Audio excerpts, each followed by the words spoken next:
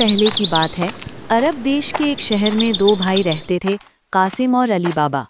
दोनों ही एक लकड़ी काटने वाले के बेटे थे। पिता के मरने के बाद संपत्ति का बंटवारा हुआ।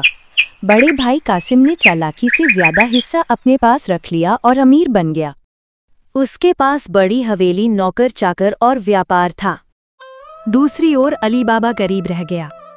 वो रोज जंगल में जाकर लकड़ियां काटता और बाजार में बेचकर अपने परिवार का पेट पालता। एक दिन अली बाबा जंगल में लकड़ी काट रहा था।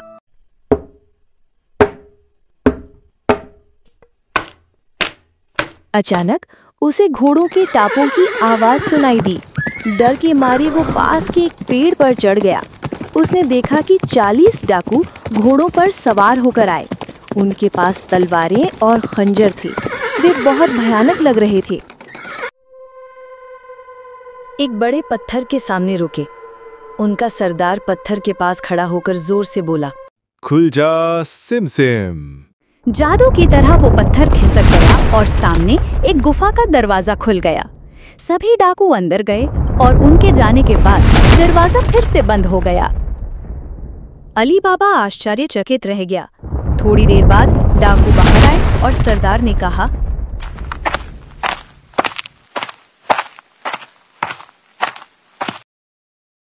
बंद हो जा सिम सिम।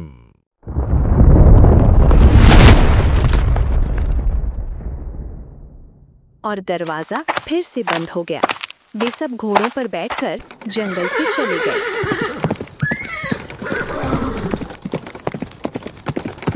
खजाने का रहस्य। जब वे चले गए तो अली बाबा पेड़ से उतरा और पत्थर के पास जाकर वही शब्द बोला।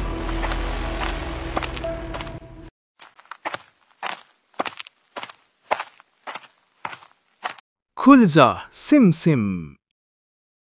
और दरवाजा सचमुच खुल गया। अली बाबा ने अंदर जाकर देखा तो वो हक्का बक्का रह गया।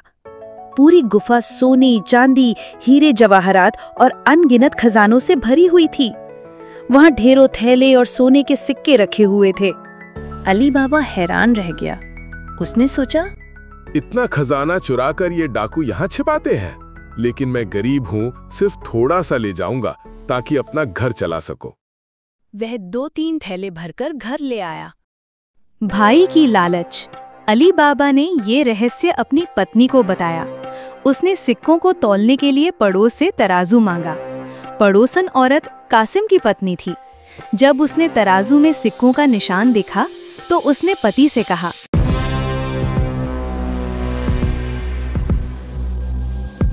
कासिम को शक हुआ। उसने अली बाबा से पूछताछ की। आखिरकार अली बाबा ने रहस्य खोल दिया। आखिर लालची कासिम अगले दिन खुद गुफा में गया।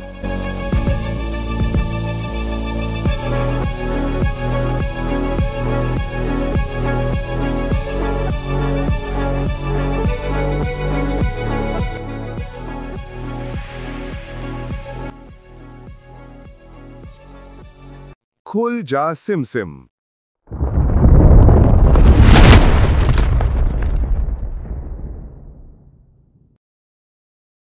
इतना सारा सोना, अब मैं अमीर हो जाऊंगा। पूरे गांव में मेरे जितना अमीर और कोई नहीं होगा। उसने खूब सारा खजाना देखा और भर भर कर सोना उठाने लगा।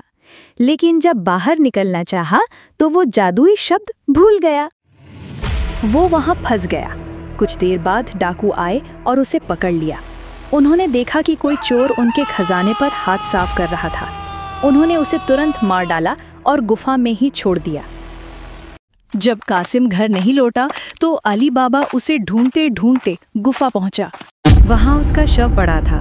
वह दुखी तो हुआ, लेकिन समझ गया कि ये रहस्य किसी को नहीं बताना चाहिए। अली बाबा की नौकरानी मरजाना बहुत चतुर और साहसी थी।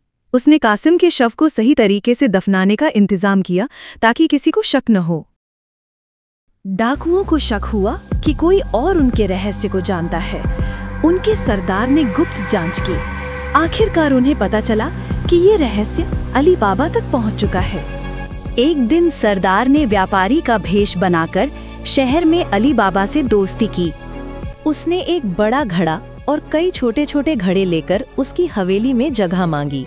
दरअसल उन घड़ों में तेल नहीं बल्कि बाकी डाकू छिपे हुए थे। योजना थी कि रात को सभी बाहर निकलकर अली बाबा को मार डालेंगे। मरजाना ने ये रहस्य सुन लिया। उसने समझदारी से काम लिया। उसने सोचा, अगर तुरंत अली बाबा को बताऊंगी तो घबराहट फैल जाएगी। इसका प्रबंध मुझे ही करना पड़ेगा। अगली सुबह जब सरदार ने अपने लोगों को बाहर बुलाना चाहा तो कोई जवाब नहीं आया। वो समझ गया कि उसकी योजना विफल हो गई। वो डरकर भाग गया। आखिरी मुकाबला। कुछ समय बाद डाकुओं का सरदार फिर लौटा। इस बार उसने व्यापारी का रूप धरकर अली बाबा को भोज पर बुलाया। उसका इरादा वहीं उसे मार डालने का था। लेकिन मरजाना ने चालाकी से पहचान लिया कि वही डाकू सरदार है। उसने नृत्य करते करते अपनी तलवार से सरदार को वहीं मार डाला। सुखद अंत। अली बाबा ने मरजाना को बेटी जैसा मानकर उसका विवाह अपने बेटे से कर दिया। डाकुओं की मौत के बाद गुफा का खजाना किसी का नहीं रहा।